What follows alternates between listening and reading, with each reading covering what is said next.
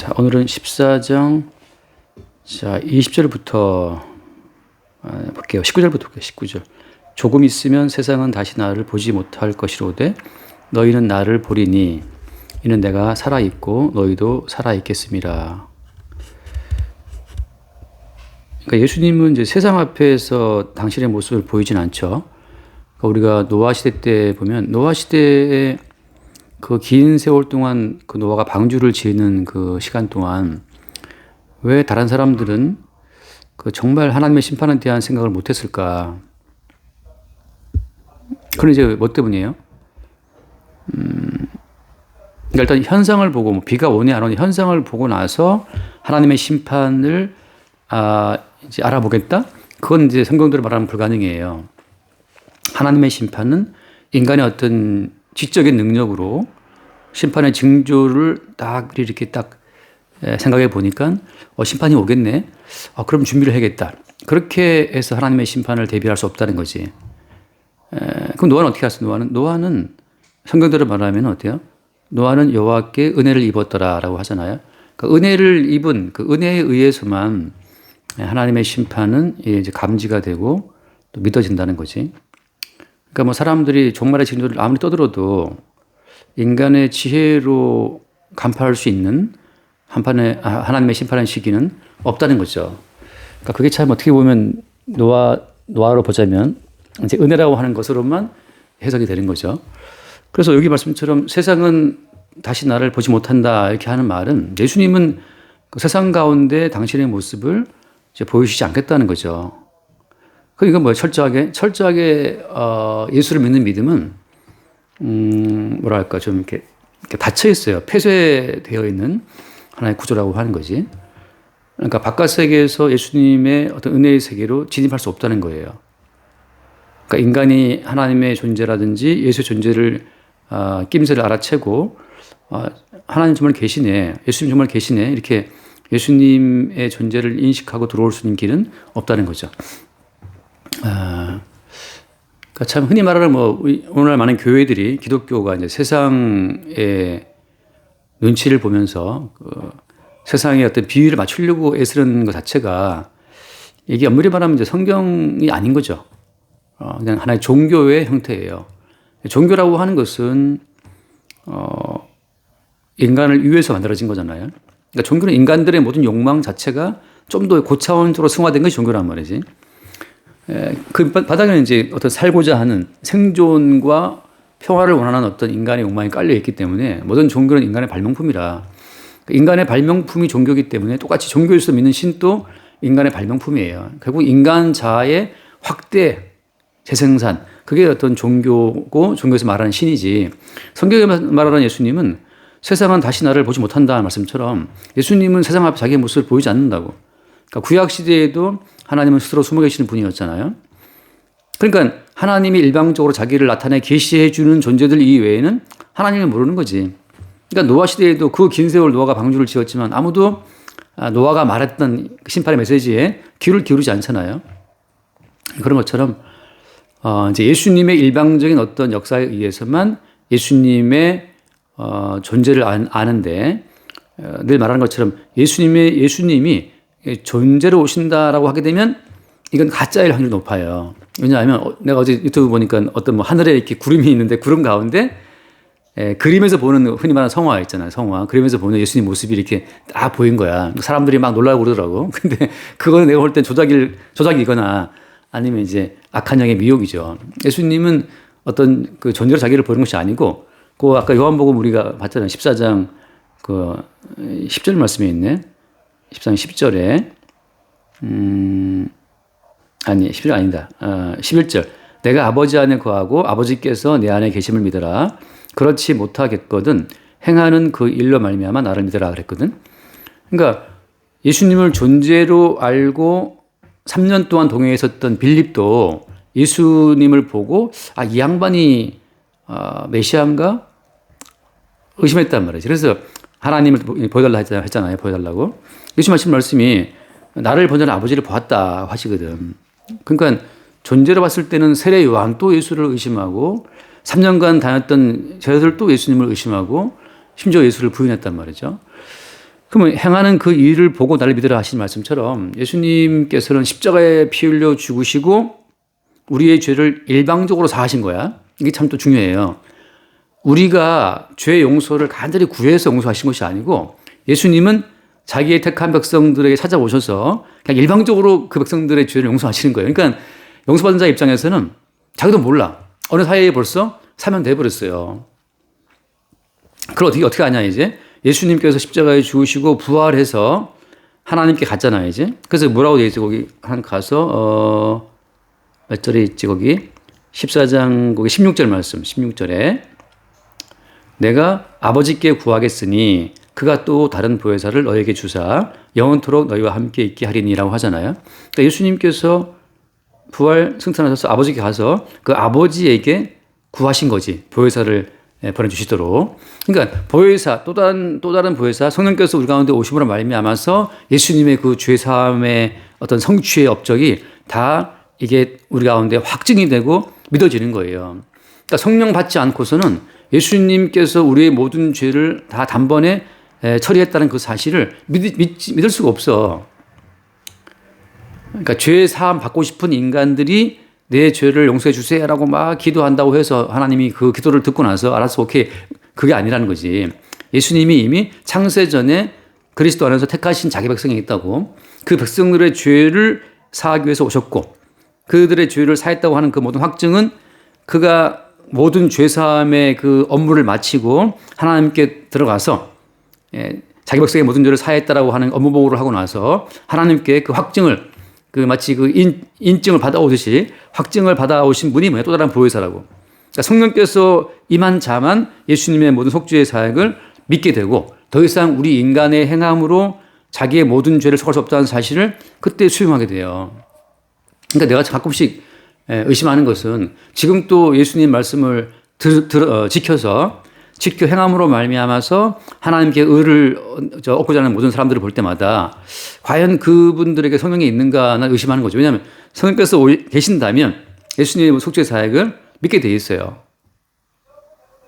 그래서 참 뭐 사랑하는 말씀이지. 히브리서 10장 10절을 보면 내가 맨날 10/10이라고 하잖아. 히브리서 10장 10절 이 뜻을 따라 예수 그리스도의 몸을 단번에 들이심으로 말미암아 우리가 거룩함을 얻었노라. 그러니까 예수 그리스도의 몸을 단번에 들이심으로 말미암아서 이미 어때? 거룩함을 얻은 거라고 완료형으로. 더 이상 거룩할 것이 있어요? 없어요? 없어. 이미 예수님의 죽으심으로 거룩함은 다 완성됐고 완성된 그 거룩함이 우리 가운데 성령으로 확증되는 거거든. 그러니까 더 이상 나의 모든 행위로서는 더 거룩하고 뭐 그런 거리가 안 돼요 그냥. 그래서 그 뒤에도 말씀 마찬가지지. 그가 거룩하게 된 자들을 한 번의 제사로 영원히 온전하게 하셨다라고 하거든. 그러니까 거룩하게 된 자들을 또 어떻게 했어? 영원히 온전하게 했다고 예수님이. 그러니까 더 이상 온전하기 위해서 뭐 할 게 없어요 우리는. 그럼 뭐 우리 매일 우리 가운데 올라오는 죄는 뭡니까? 막 그러는데 그것은 이미 주께서 이미 청산하신 다 용서하신 지불하신 예수의 피값으로 지불하신 그 죄의 목록들을 보게 하시는 거죠. 우리 몸을 통해서. 성도는 자기 몸을 통해서 계속 올라오는 육체의 죄로 말미암아서 주님이 이미 처리하시고 다 완료하신 죄의 사함의 목록들을 매일매일 보는 거예요.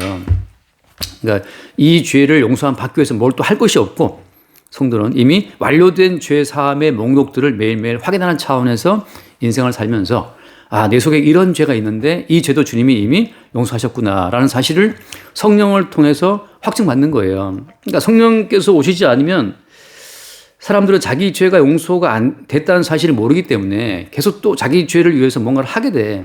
맨날 뭐 회개한다고 질질 짜고 그러는데 회개한다고 눈물 짜기 경쟁을 해봤자 회개한다고 죄가 사하지는 것도 아니에요. 그러니까 이제 거짓된 회개로 사람들을 그냥 미혹하는 거지. 그래서 거기 전체 봤던 것처럼 그 18절 말씀에 내가 너희를 고아와 같이 버려두지 아니하고 자 너희에게 오리라라고 하잖아요. 그러니까 고아처럼 안 버렸다는 말은 뭐냐면 끝없이 어때? 또 다른 보혜사로 오신 성령께서 우리 가운데 예수님이 다 완료해 놓으신 죄 사함의 그 내역들을 계속 우리에게 알게 하시고 그 다음에 그 예수님이 십자가에 자기를 버려 피를 죽으시기까지 우리를 사랑했다고 하는 그 사랑을 확증하심으로 말미암아서 우리가 어떠한 조건에 있든지 하나님의 사랑 가운데 있다는 사실을 알게 하시는 거죠. 고아가 아니라는 거지. 이 말은 무슨 말인가 하면 그냥 죄의 사함도 우리의 개인적인 어떤 능력으로 돼야 안 돼요? 안 되잖아요. 그래서 예수가 오신 것이고, 그 다음에 어때? 그 죄의 사함 받고 나서 이후의 모든 삶도 우리 뜻대로 될 수가 없기 때문에 또 누가 오신 거예요? 또 다른 보혜사가 오셔가지고 계속 우리 가운데 또 우리를 인도하시는 거지. 그러니까 성도는 무엇 하나 자기 힘으로 할 수 있는 게 아무것도 없어요. 그러니까 예수님이 오시지 않았더라면 죄 가운데 있을 것이고, 또 다른 보혜사가 오시지 않았더라면 우리는 죄 가운데 있다는 사실을, 죄 가운데서 벗어났다는 사실도 모르는 거지. 그러니까 그냥 우리는 사나 죽으나 마치 그 젖된 아이가 어미 품에서 잠든 것처럼, 한참 젖을 빨아먹다가 이제 충분히 먹고 애기가 툭 떨어지잖아, 잠드는 것처럼. 그런 것처럼 성도의 모든 삶은 그냥 주님의 이루심, 주의 성취의 그 젖을 빨다가 만족한 가운데 잠드는 것처럼, 그게 어떤 성도의 인생이라고 하는 거지.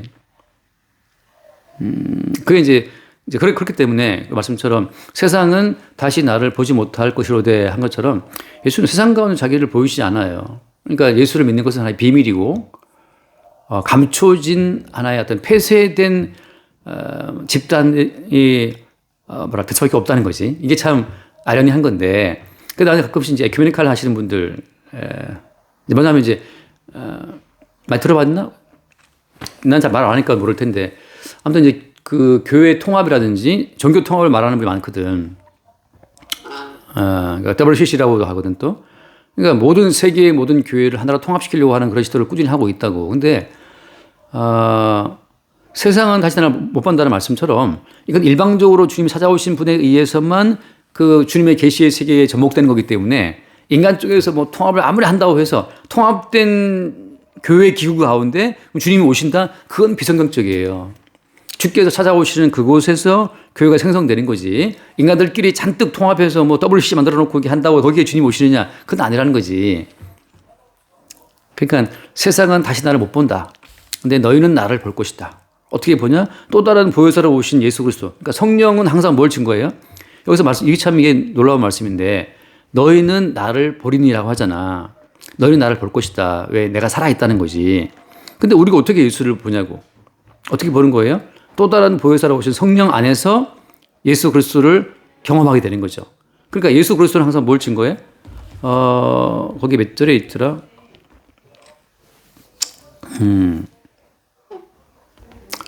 그 성령은 항상 예수 그리스도를 증거한다는 그 말씀. 그러니까 약간 15장을 먼저 볼게요. 그 15장 그 26절 말씀에 보면 26절 내가 아버지께로부터 너에게 보낼 보혜사 곧 아버지께로부터 나오시는 진리의 성령이 오실 때 그가 나를 증언하실 것이요라고 하잖아요. 그러니까 성령은 계속해서 예수 그리스도를 증언하신다고. 그러니까 이건 무슨 말인가 하면 육체적으로 존재론적으로 예수와 동시대에 같은 장소에 거주했다 하더라도 그 예수 그리스도를 몰라요. 그러니까 수많은 사람들이 예수를 떠밀고 붙잡았지만 예수의 권능이 나간 것은 혈루병 여인에게만 나갔었잖아요. 그런 것처럼 예수와 함께 있지만 함께 있는 게 아니야. 오직 사실은 어때요? 주의 권능이 나갈 때 예수와 연결되는 것처럼 성령께서 오시게 되면 지금 물질적으로 공간으로 같이 있지 않다더라도 성령은 예수를 증거하시기 때문에 우리는 성령의 인도하심을 통해서 예수님을 경험하게 되고 알게 되는 거예요. 성령으로 말미암아 성경 속에서 예수 그리스도를 생생히 알게 되는 거고 예수가 이루어 놓으신 모든 죄사함의 성취의 그 업적을 믿게 되는 거지. 그러니까 역사적으로 혹은 학문적으로 이걸 아무리 성경을 들이판다 하더라도 성경 속에서 예수 그리스도를 만날 수는 없어요. 그래서 많은 사람들이 성경 속에서 예수를 탐구하다가 역사적인 예수의 어떤 그 환상을 만들어내는 거라고. 그러니까 진짜 예수 그리스도는 성령 안에만 들어있어. 그러니까 성령께서 갖고 오시는 그 내부에서만 예수를 알 수 있다는 거죠. 그 같은 얘기 비슷한 얘기 또 예를 들면 또 그 16장 같은 경우에도 16장 13절 그러나 진리의 성령이 오시면 그가 너희를 모든 진리 가운데로 인도하시리니 그가 스스로 말하지 않고 오직 들은 것을 말하며 장래 일을 너희에게 알리시리라. 들은 건 뭐냐 하면 예수께 들은 것이지. 그가 내 영광을 나타내리니 내 것을 가지고 너희에게 알리겠습니다. 그가 내 영광을 나타낸다. 성령은 예수의 영광을 나타내시는 거고 성령은 예수님의 것을 가지고 우리에게 알리신다고. 그러니까 성령에 의해서만 우리는 실제 살아계신 예수 그리스도를 볼 수가 있고 경험할 수 있는 거예요. 물리적으로 예수를 본다고 보는 게 아니라고. 성령께서 그 예수를 증거하시는 것에 의해서만 우리는 예수를 온전히 보게 되는 거지. 그래서 그 말씀처럼 너희는 나를 보리니 이런 내가 살아있고 너희도 살아있겠습니다. 그러니까 성령 안에서 지금 피차 살아있는 거예요. 성령 안에서 피차 살아계신 예수 그리스도를 보는 거지. 그러니까 성령께서 오시지 않은 자들은 역사적으로 문자적으로 아무리 이 성경을 뒤적이고 파헤쳐 봐도 예수 그리스도를 믿을 수도 없고 알 수도 없어요. 그냥 닫힌 공간이라. 마치 노아 시대 사람이 노아를 모르듯이. 그 다음에 20절 말씀, 20절 보면은 그 날에는 내가 아버지 안에 너희가 내 안에 내가 너희 안에 있는 것을 너희가 알리라. 자, 그래서 이제 내가 아버지 안에 있다고 하잖아요. 이건 참 이제 구약으로 말하면 정말 할 말이 너무너무 길어지는 이야기인데, 예를 들어서 그 요셉이 먼저 애굽에 가서 그죠? 모든 걸 다 준비해 놓잖아요. 모든 걸 다 준비해 놓고 나서 아버지를 모시고 온다고. 그러니까 예수님께서 이 땅에 오셔서 자기 백성들의 모든 죄를 싹 용서하시고 피를 다 덮어놓고 자기 백성의 모든 그 머리 위에 그들의 심령 가운데 예수의 피를 다 덮어서 아버지께서 임하실 보좌를 다 준비해 놓으신 거야. 그러니까 우리가 알잖아요. 지성소에 들어가면 언약궤 위에 그 시운자 뚜껑을 덮고 거기에 피를 뿌리면 어때? 거기 여호와의 영광이 임재한다고 하잖아요. 거기서 이제 주님께서 모세와 대면해서 말씀하셨거든. 그런 것처럼 예수님께서 오셔서 자기의 피로 우리 가운데 하나님 보좌를 준비하지 않으면 하나님 아버지가 우리 가운데 오실 수가 없어. 하나님 아버지가 우리 가운데 오시게 되면 우리는 전멸이에요. 그러니까 피 없이 만약에 주님께서 임재하시게 되면 다 죽는다고. 그게 어떻게 나와 있어요? 출애굽기 나오잖아요. 10번째 재앙 때 장자를 다 죽일 때 어린 양의 피를 설주와 임방에 바라는 집들만 죽음의 사자가 통과하잖아요. 패스오버 하잖아요. 그런 것처럼 피가 없는 상태에서 주님이 강림하시면 다 전멸이거든. 그래서 예수님께서 어린 양으로 오셔서 먼저 자기 백성들의 모든 심령 가운데 피를 쫙 발라둔다고. 그때 누가 그 일을 같이 하는 거야? 보혜사가 그 일을 같이 하는 거예요. 그래서 예수님의 피 흘리심, 피 뿌리심의 그 모든 가치를 성령께서 증거하시는 말미암아서 우리 가운데 피의 보좌를 준비해 놓으면 거기 누가 오는 거야 이제? 아버지를 모시고 함께 오는 거예요. 그래서 그 20절 말씀, 20절에 그 날에는 내가 아버지 안에 너희가 내 안에, 그죠? 내가 아버지 안에 있다 말이죠, 예수님이. 그런데 어때? 또 어때? 너희가 또 어때? 내 안에 있다고. 왜냐하면 예수 그리스도의 피 안에 거할 때 거기 어때? 아버지도 거기 함께 거하시기 때문에. 그래서 내가 너희 안에 있는 것을 너희가 알 것이다. 그때 비로소 이제 하나님 아버지와의 화목이 이루어지는 거예요. 화평이. 피 없이는 그러니까 화목이 없어. 그러니까 예수님이 미리 오셔서 자기의 피를 쫙 뿌려서 단번에 자기 몸을 들임으로 우리를 어떻게 해서 아까 거룩하게 하신 다음에 그 거룩한 바탕 위에 하나님 아버지를 모시고 같이 오는 거죠. 그래서 이미 예수님은 아버지 안에 있었고 이제 그 예수님이 오셔서 피 뿌림으로 우리의 모든 그 죄를 사하심으로 아버지가 오실 수 있는 기틀을 준비해 놓고 나서 아버지를 모시고 오는 거죠. 그럴 때 이제 비로소 여기 말씀처럼 내가 아버지 안에 너희가 내 안에 내가 너희 안에 있는 것을 너희가 알 것이다 라는 것이 이루어져요. 그래서 그 뒤에 말씀 보면 21절에 나의 계명을 지키는 자라야 나를 사랑하는 자니 나를 사랑하는 자는 내 아버지께 사랑을 받을 것이요 나도 그를 사랑하여 그게 나를 나타내리라 하잖아요. 그래서 나의 계명을 지키는 자라야 할 때 나의 계명은 뭐라고 했어요? 지난주에 잠깐 얘기했나? 나의 계명이라고 하는 것은 요한일서에 있는 말씀을 보자면 어떤 거예요? 그리스도 예수를 믿는 것이고 첫 번째 믿는 것이고 그 믿음 가운데 서로 사랑하는 거잖아요. 다시 말해서 믿음이라고 하는 그것이 곧 예수님이 말씀하시는 계명이라고. 근데 나의 계명을 지키는 자라는 것은 그러니까 뭘 믿는 거냐 하면 자기의 개인적인 의로움이나 행위의 가치가 아니라 예수께서 이루어 놓으신 단번에 자기를 드림으로 이루어 놓으신 속죄의 가치를 믿는 거잖아요. 그때 뭘 하게 돼 있어요? 그때 우리는 그 나의 계명을 지키는 자라 그다음에 나를 사랑하는 자다. 다시 말해서 내가 지난주에 그런 얘기 했잖아요. 남편이 가지고 오는 수입에 만족하지 못하면 남편을 존경할 수가 없거든요. 그러니까 왜냐하면 남편이 300을 버는 내가 500을 벌어버리면 남편을 존경하기가 참 쉽지가 않지. 물론 존경하는 부분도 있겠죠. 근데 성경에서 말하는 건 뭐냐 하면 우리 개인의 의로움으로는 하나님 나라에 들어갈 만한 어떤 가치도 생산할 수 없다는 거잖아요. 그래서 예수님께서 이루어 놓으신 속죄의 피로서만 우리가 단번에 그다음에 영원히 거룩하게 되고 그다음에 온전하게 됐다고 말씀하시잖아요. 그러니까 더 이상 내가 내 존재 가치나 행위의 가치에 주목할 때는 예수님께서 십자가에서 이루신 그 온전한 가치를 내가 지금 무시하는 거거든. 네가 뭔데 내 죄를 용서해. 나도 나의 의로움을 내가 뭔가 할 곳이 있어. 그래서 아주 내가 가끔 보면 그 자기 의지가 분명하신 분들은 정말 의지 한국인들 있잖아요. 의지 한국인들. 그런 분들은 정말 이렇게 눈빛 형용해. 그런 분들은 자기의 행위를 막 통제해 가면서 자기의 어떤 삶과 가치를 추구해 간단 말이지. 근데 성경에서 봐요. 구원받은 사람들 보면 다 성경에서 구원받은 사람 전부 다 어때? 자기 자신의 연약함을 다 폭로당한 사람들이야. 다윗처럼 정말 사람을 죽이고 부하의 부인과 그냥 간음을 하고 말이죠. 혹은 그 모세처럼 사람을 때려 죽이든지 아니면 뭐 창기나 세리나 강도처럼 도대체 그 내부에 깊이 숨어 있었던 그 완악한 어떤 죄악성 자체가 들킨 사람들이 다 구원된 사람이거든. 바꿔 말하면 자기 자신이 너무 무능해서 너무 무가치하고 너무 죄 가운데 붙들려 있어갖고 자기 자신의 가치를 주장할 수 없는 사람들. 그러니까 참 한편으로 그 돈 버는 거에 무능하게 만드신 주님을 찬양해야 돼요. 나도 마찬가지지만. 돈 버는 거에 무능한 것 자체가 무능하게 하신 주님이 놀라. 만약에 우리가 돈 버는 쪽에 뛰어났더라면 언제 우리가 말씀 보고서 돈 벌어 다 뛰어나왔겠지. 세상에서 패배한 자들을 주님 끌어모아서 그들한테 천국에서 준비된 어떤 그 구원의 은혜를 주신단 말이에요, 주님이. 나의 계명을 지킨다라고 하는 것은 이 세상 가운데서 자기의 존재 가치를 내세울 수 없는 자들, 그들은 어때? 그들은 온전히 예수님의 가치를 믿지, 신뢰할 수밖에 없어요. 이미 자기에게 많이 절망해 본 사람들이고, 이건 어때? 보혜사가 오시면 항상 확인하는 과정이야. 보혜사가 오시면 어때요? 죄에 대해서, 의에 대해서, 심판에 대해 세상을 책망하시려 하잖아.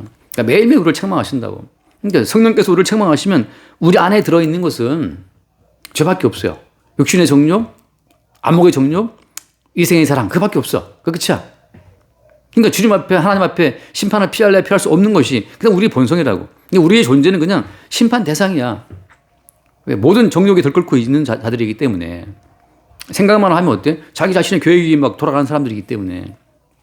근데 주님께서 보혜사를 말미암아서 바로 그 죄에 대해서 죄에 대하라 하면 너희가 나를 믿지 아니하며 한 말씀처럼 예수를 믿지 못하는 우리의 그 불신앙을 주님이 까발릴 때 그때 우리 다시 어때? 책망을 받고 다시 그리스도 예수를 믿는 믿음 돌아오게 되죠. 그게 이제 나의 계명을 지키는 자인데 나의 계명을 지키는 자라. 다시 말하면 전적으로 그분이 이루신 그 속죄의 가치와 그분께서 행하신 모든 행함의 가치를 믿는 자들은 어때? 그들이라야 나를 사랑하는 자다. 그러니까 주님께서는 뭘 어떻게 보시는 거예요?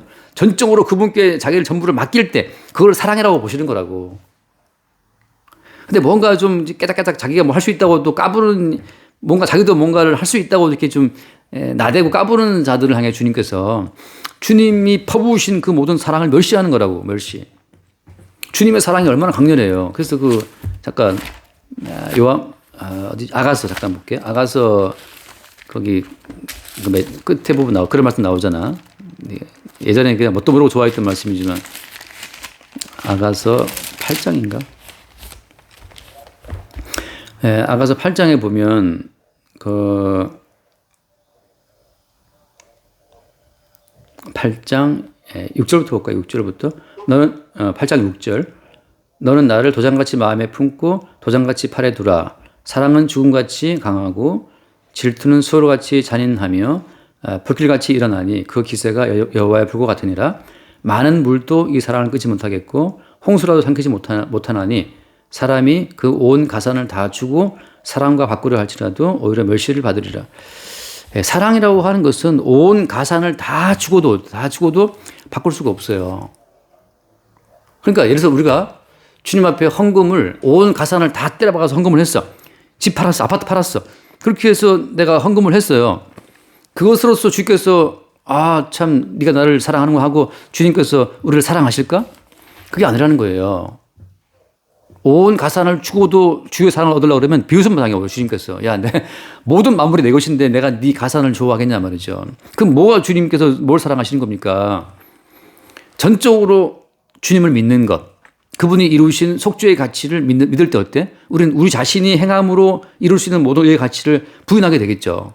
내 속에 선한 것이 아무것도 없음을 인정할 때 100% 주님께서 가지고 오신 의만을 의존할 때 그게 어때? 그게 주님의 사랑을 받는 길이라고 하는 거죠. 이거 어떻게 억지로 돼야 안 돼요? 억지로 안 돼요. 성령으로 우리 가운데 늘 책망이 벌어지면서 우리의 의가 그냥 넝마 조각 같은 거라는 사실을 보게 될 때 그때 우리는 비로소 새 포도주는 새 부류의 말씀처럼 주님의 사랑을 온전히 받는 그 새로운 그릇까지 주님께 주신다는 사실을 받게 되는 거지. 그래서 나의 계명을 지키는 자라고 하는 것은 온전히 주 예수를 믿는 건데 계명을 지키는 자라야 나를 사랑하는 자니 나를 사랑하는 자는 어때요? 내 아버지께 사랑을 받을 것이요. 이게 왜냐하면 이거 지금 잘 다시 들어봐봐. 나를 사랑하는 자는 그다음 뭐예요? 내 아버지께 사랑을 받을 것이라고 돼 있잖아요. 이거 무슨 말인가 하면 우리가 전적으로 주님의 피를 믿는 믿음이 없으면 그 1% 부족한 우리 인간의 의로 메꿔진 1% 때문에 주님의 진노의 심판이 거기 떨어진다고. 야고보서에 나온 말씀 있잖아요. 모든 계명을 다 지켜도 하나 어기면 다 어긴 게 되는 것처럼 그러니까 99개를 지켜도 하나 어기면 결국은 다 어기게 되잖아. 그러니까 내가 지금 물을 마시고 있지만 한 방울이라도 여기에 저기 하수구에 물이 떨어진다면 한 방울이라도 난 이 물 먹지 않지. 그런 것처럼 하나님께서 그러니까 전적으로 주님을 믿는 그 믿음 가운데 있을 때 주님은 우리를 사랑하시고 우리 가운데 전적으로 예수의 피를 믿는 믿음만 꽉 차 있을 때 어때? 그때 아버지도 어때? 아버지도 내 아버지께 사랑을 받을 것이요. 그때 거기에 아버지가 임할 수 있다고. 그러니까 속죄소 위에 피가 뿌려져 있을 때 그 피 위에 주님이 임재하신 것처럼 성도의 가운데 예수님의 피 위에 다른 가치가 섞여 있으면 그 주의 진노가 임한다는 거지. 그러니까 예수의 피만 믿는 믿음이 있을 때 내 아버지가 사랑을 받을 것이요라고 한단 말이지. 나도 그를 사랑하여 그게 나를 나타내리라. 그러니까 거기 가운데 예수님의 임재, 하나님 아버지 임재가 동시에 이루어지는 거예요. 어디에 바탕을 깔고? 예수의 피에 바탕을 깔고. 22절 가로신 아닌 유다가 이르되 주여 어찌하여 자기를 우리에게 나타내시고 세상에는 아니하려 하시나이까. 왜 주님 왜 우리한테만 나타내시고 저쪽은 세상 가운데는 주를 보이지 않습니까? 바꿔 말하면 왜 주님 노아에게만 방주의 비밀을 알려주시고 홍수에 알려주시고 왜 다른 사람들은 홍수의 비밀을 말씀 안 하십니까? 라고 같은 거지.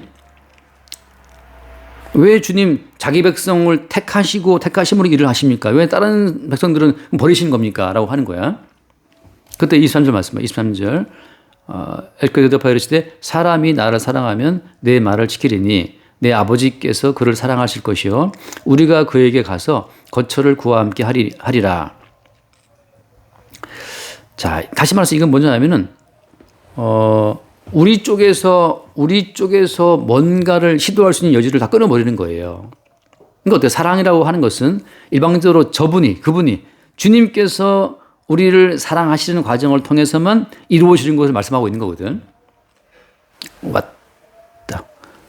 거기 지금 시간 뜨나? 시간 안 떠요? 지금 시간이요? 지금 아직 시간이 좀 남았는데. 얼마 안 남았을 것 같아요. 지금 30분 됐거든요. 오케이. 갑자기 또 많이 급해지는데. 여기 나오잖아요. 사람이 나를 사랑하면 내 말을 지킨다 하잖아요. 아까 말한 나를 사랑하면 내 말을 지킨다는 것은 곧 전적으로 그분을 믿고 의지하고 신뢰하는 것이 그것이 주님이 요구하신 사랑인데 그럼 내 말을 지킨다? 내 아버지께서 그를 사랑하실 것이고 어때? 그 다음에 어때요? 아까 말한 거처가 이루어진다고. 그러니까 아까 말한 거처라고 하면서 엄밀히 말하면 어때? 예수 그리스도의 피로 말미암아 준비된 그 영역이 그게 거처라고 하는 거죠. 그래서 예수 그리스도의 피로 인해서 주의 보좌가 준비됐기 때문에 아버지가 그 가운데 오실 수 있는 것이고 그때 비로소 이제 하나님 아버지와 함께 거하는 거기가 하나님 나라가 되는 것이고 천국이 되는 거예요. 그러니까 예수 그리스도의 피가 있는 현장 가운데 예수님은 아버지를 모시고 오셨고 그 아버지와 아들의 만남에 함께 있다는 사실을 성령이 증거하실 때 거기가 곧 거기가 곧 천국이고 거기 거처고 하나님 나라가 이루어진 장소라고 거기가. 근데 그 다음 말씀 봐요. 나를 사랑하지 아니하는 자는 내 말을 지키지 아니하나니 너희가 듣는 말은 내 말이 아니요 나를 보내신 아버지의 말씀이다. 이미 거처가 이루어진 상태에서는 예수 그리스도의 모든 말씀이 곧 아버지의 말씀이라고. 근데 아까 유다가 물어봤잖아요. 왜 세상에는 보이지 않습니까? 그것은 뭘 말하는 거예요?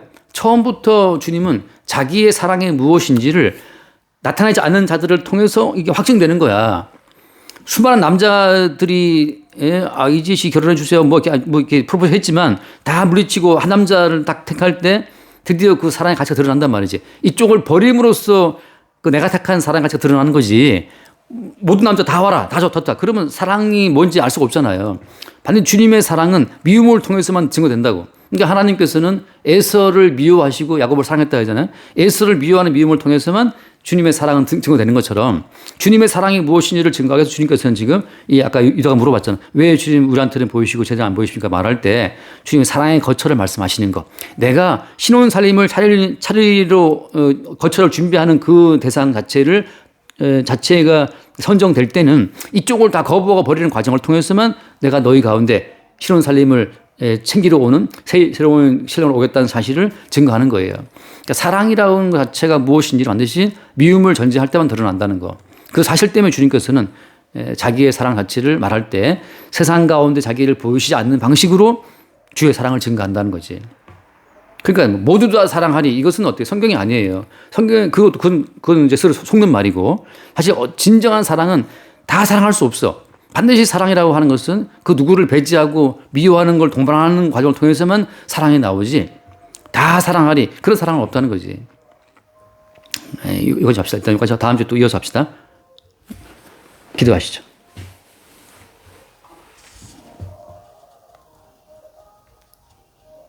하나님 아버지 감사합니다. 주님 저의 연약함으로 인하여 주님을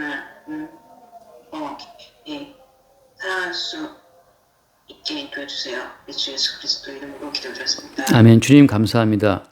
주께서 우리를 사랑하신 그 사랑의 가치를 주께서 버리신 자들을 통해서 더 깊이 알게 하여 주옵시고 주님의 심판을 통해 주님의 사랑을 더 깊이 아는 주님과의 더 깊은 교통소 들어갈 수 있도록 주님의 피로 우리를 인도하시고 성령으로 말미암아 날마다 그리스도 예수께서 이루신 성취의 효력을 더 깊이 알아갈 수 있도록 우리를 인도하여 주옵소서. 우리 주 예수 이름으로 기도드립니다. 아멘. 기도합시다.